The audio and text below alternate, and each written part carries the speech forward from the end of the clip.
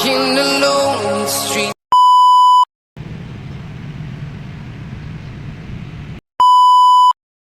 Sa may iba naman, ang gawin natin, yung isda, yung fish fillet, lagyan natin ng spice. Paminta. Itlog. Parang iba naman.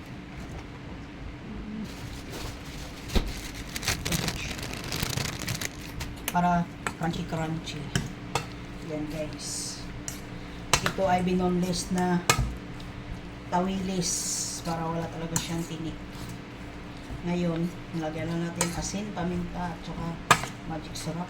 Tapos cornstarch, isang itlog. Then, lagyan natin cornstarch. Guys.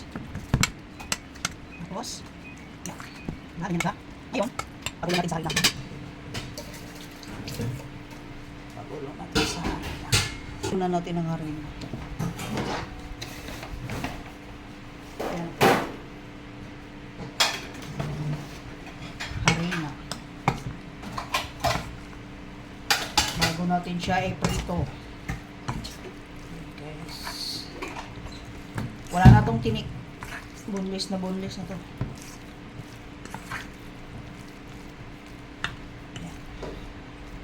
Naalala nyo ba yung binoneless ko na 3 kilo yata yun? Ngayon, iprito na natin. Diskarte lang ba?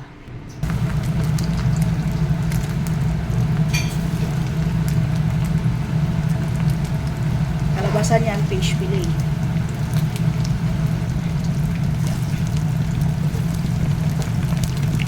Diba? Crunchy.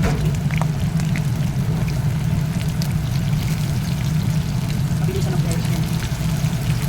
Para siyang tanggit. Yan.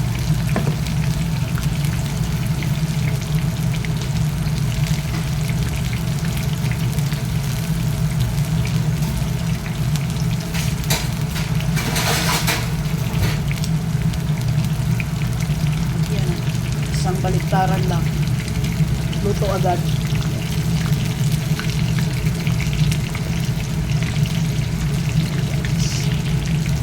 Para hindi ka na matinik. Diba? Ayos. Pag nag-brown na siya, hanguin mo na.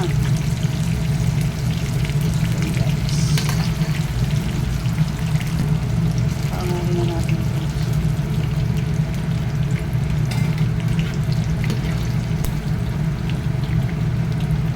Crunchy.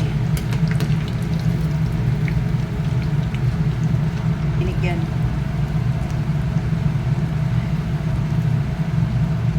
Huwag ka na mag-alala sa tinik, ubos na. Tanggal na lang tinik yan guys. Diba? Malupit.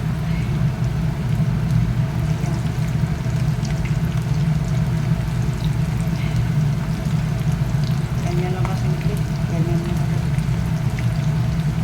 Wala nang tinik.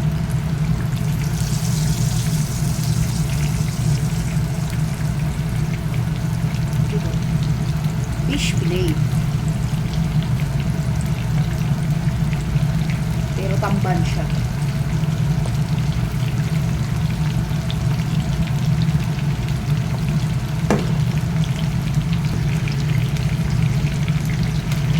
Tamban.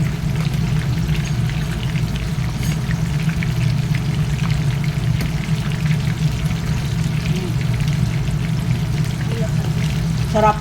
No? Ha? Ulam sa bupes.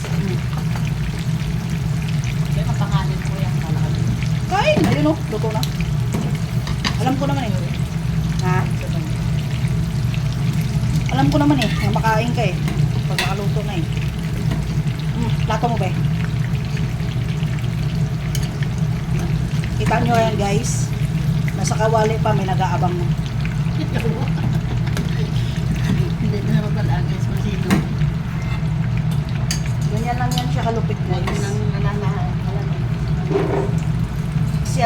Dambuhala.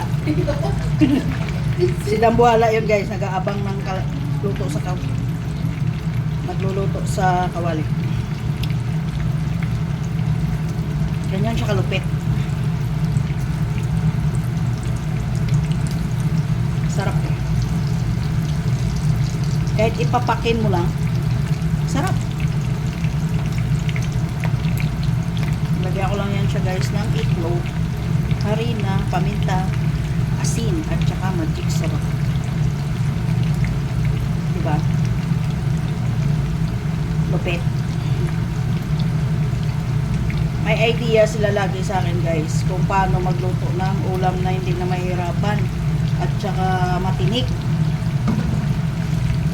Yan pang guys, lagi natin tandaan mag-double fry tayo para crunchy. Yan, pangalawang fry na. Sabay-sabay na natin lahat para sa kanyang pag-crunchy. Kahit anong klaseng prito, i-double fry, basta mayroon siya itlog. Kasi ang itlog, hindi masyado siyang naka-crunchy. Maganda lang siya pag init. Kaya gawin natin double fry. Yan guys. Hintayin na natin ito mag-bubbles para crunchy. Yan guys. Na-double fry na natin to. Ayan ang kalabasan. Thank you for watching Gracias TV Vlog. Don't forget to like, comment, and share. Thank you guys. Bye.